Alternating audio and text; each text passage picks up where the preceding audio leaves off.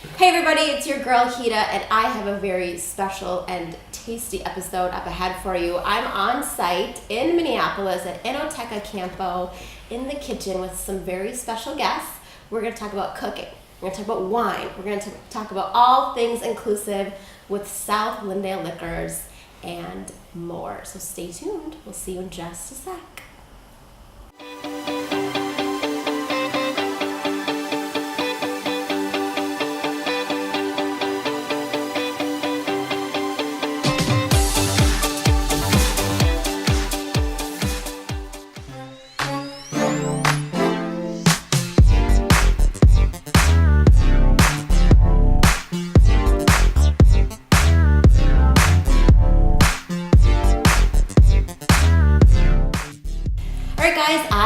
Like I said, with a very special ensemble, starting with my friend Sam Koza of Raging Bull Digital, and a good pal who I have now called my best friend because of what we have in store, Dan Campo of South Lyndale Liquors. Thank you.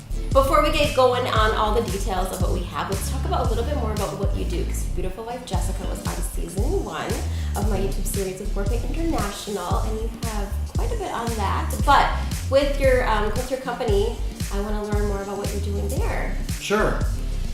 Raging Bull Digital is a digital marketing company. So I work in SEO, website design, social media, everything in the digital realm.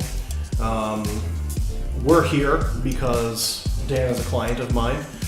We're really here because Dan and I are age-old friends, and the business relationship has really come out of that. But what we do is we cook and we have fun, and we've managed to integrate what we do into his business. So that's what's brought us all here today. And we're going to talk about that on the internet. We're going to talk about that through blogging. We're going to talk about that through various mediums and integrate the community into it. We're going to drink a lot. I think we're going to drink a lot, right? We've already done a couple takes, and that's okay. Well, you're a very supportive friend, obviously, for that reason and much more. But now that I'm talking about Dan, South Lyndale Liquors, let's talk about that. God, where to begin? We've got the best compliment I think we've had, the unsolicited ones. I think City Pages has voted us best liquor store 3 times in the last 7 years. Well, 6 years, coming up on 7 years now. And just really excited. Basically, we have I like to call it a boutique wine, beer, and spirits shop, but at 10,000 square feet, we are a very large shop. And our thing is all about customer service, that concierge level of service, and making people happy. And we're different than a lot of liquor stores and wine shops in that we're all geeks about this stuff. And so we get excited when the customer gets excited. And that's what we're all about, bringing really fun things out. And I've always referred to South Lyndale as being it's an adult candy store. You guys have a treat because we're cooking today, right? Yes.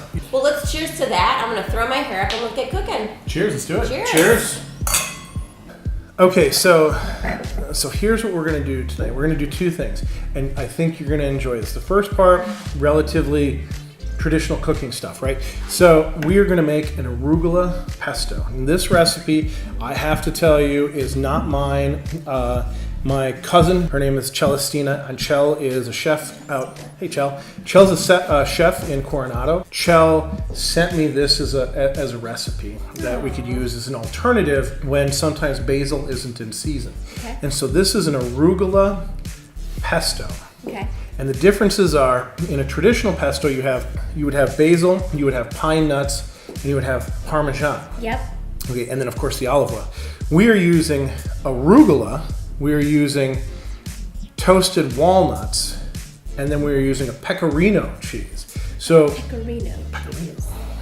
And so you'll notice there'll be a different flavor profile to it, but it'll still be in pesto form. Okay. Now we're going to put all this stuff aside, and we're going to jump into the fun part. Now that you have your hair up, and we're going to make some pasta. Yeah. So what we're going to try and do is you and I are going to make some fresh pasta. And so just for the ease of the internet, we have measured out, in our case, we're going to just use 3 cups of flour and 2 eggs. Okay. So pour in your roughly 3 cups of flour. And none of this has to be exactly perfect. So 1, 2, roughly 3. 1, 2, 3. So good, you guys. Yep. Chef Hita is coming at you, Yep. which if you follow my Instagram and social media, you'll see an occasional dish. Maybe not to the caliber of Chef Koza here, but I'm nervous. Even my cracking of the eggs, see? It's gonna get everywhere. That's totally okay. OMG.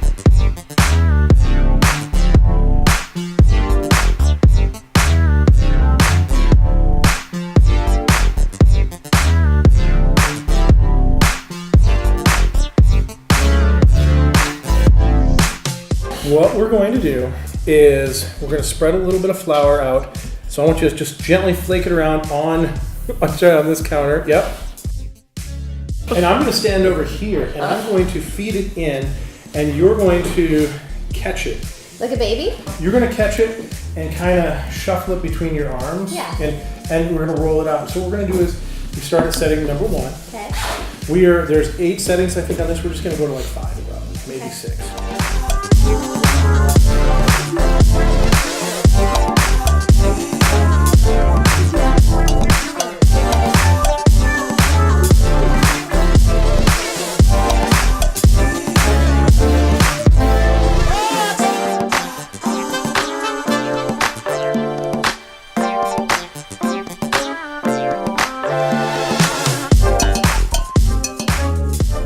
Alright guys, so we're making this amazing dish. Apparently I'm making this amazing dish. So the noodles are ready and we're just gonna make this pesto dip. The guys went out to go get more wine because apparently we ran out. So I'm gonna get going on adding the ingredients. So we're gonna add some garlic and some walnuts, some cheese, some olive oil.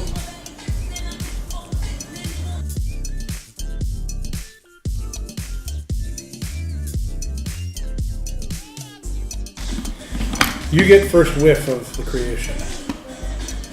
Oh my goodness. Yeah. That's Holy awesome. baloney. Can I swim in this? It's Pretty much. like a green envy, garlicky love. All right.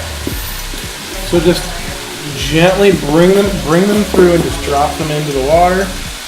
There you go.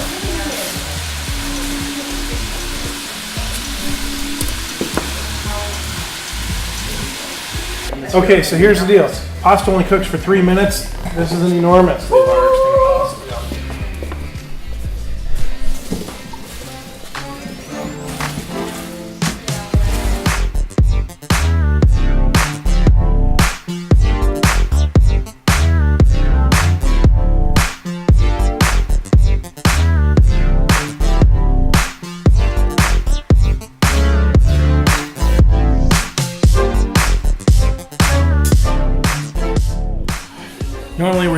We're normally doing this at midnight after like 4, 5, 6 bottles of wine or a whole bunch of beer. And so this is actually relatively On time. and coordinated.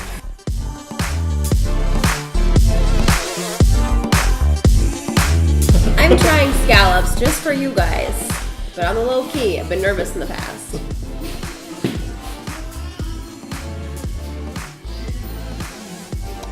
And that's how it's done. Fantastic. Well done, Sammy J. Fantastic. Well done. Sammy Chef J, Dan. you're hired. Boom.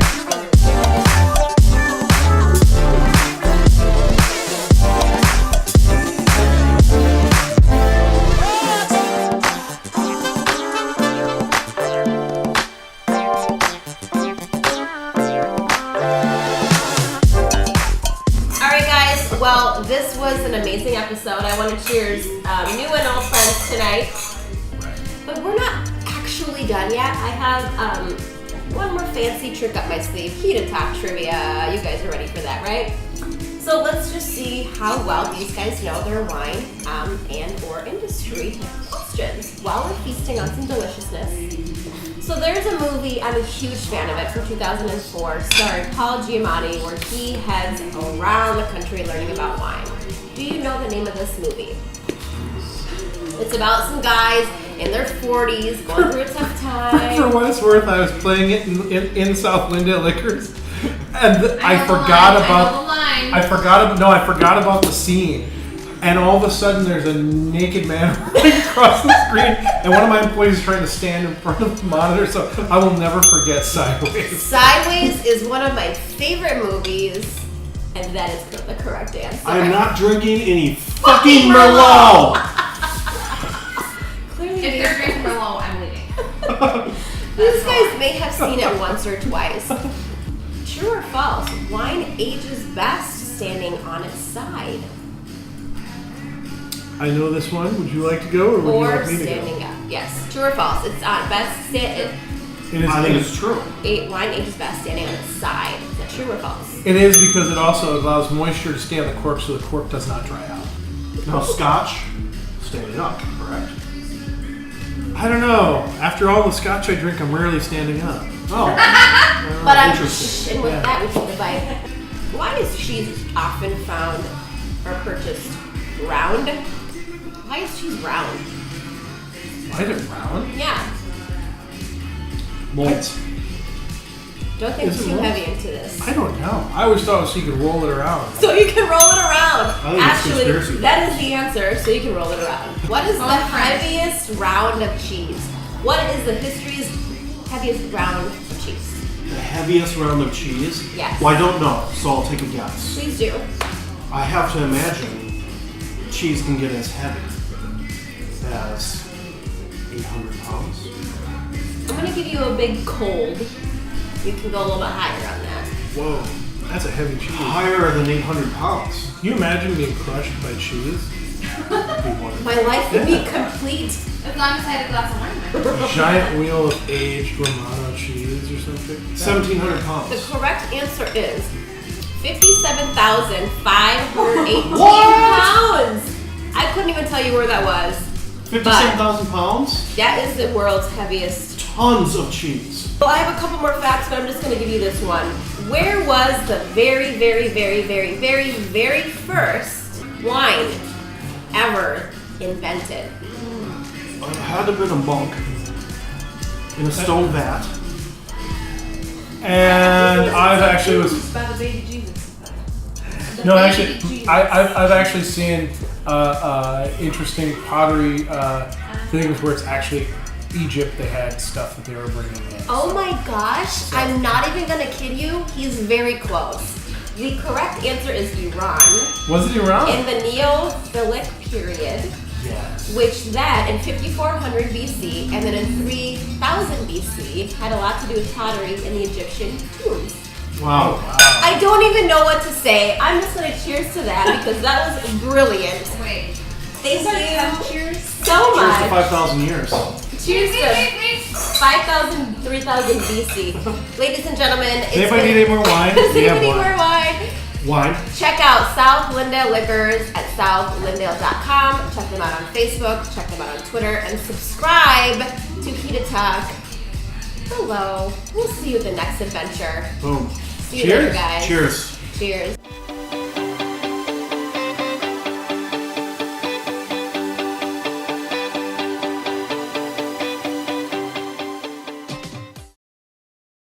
Okay.